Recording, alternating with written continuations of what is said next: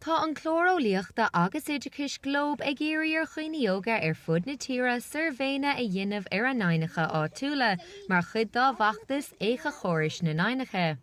Tá go leor amachata ag daltaí gaeilge scoilí chéadig i Cill Mhantáin i mbun tástálacha ar abhainn na Deargaile le déanaí. Bhí muid ag an Deargaile, bhí muid ag ggéanamh tástálacha agus sampla ar an uisce. Rinne muid cúpla scrúdú difriúil ar an abhainn. Bhí ceann amháin den na scrúdú, chun muid tempaméide isteach in uisce chun fáid teacht an uisce an abhainn Deargaile.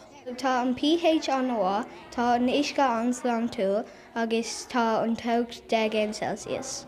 Bhí muid ag foghlaim faoin abhainn agus inis tá níos mó eolas faoin Deargaile. Tá sé tábhachtach den dhéanamh obair seo mar tá na hanbheasa uisce cáir siad an uisce gur ar saoil. Tuigh deire leis an tréimh sin monitóireachta abhainn de híine an 4 de Abhainn agus úsáid for na sonraí a bhálíonn na daltaí chun tuiscint níos fearr a fháil ar chaidán an uisce agus na n-aibhneacha ar fud na tíre. Áine Humphreys, Nuacht Cúla4, Cill Mhantáin.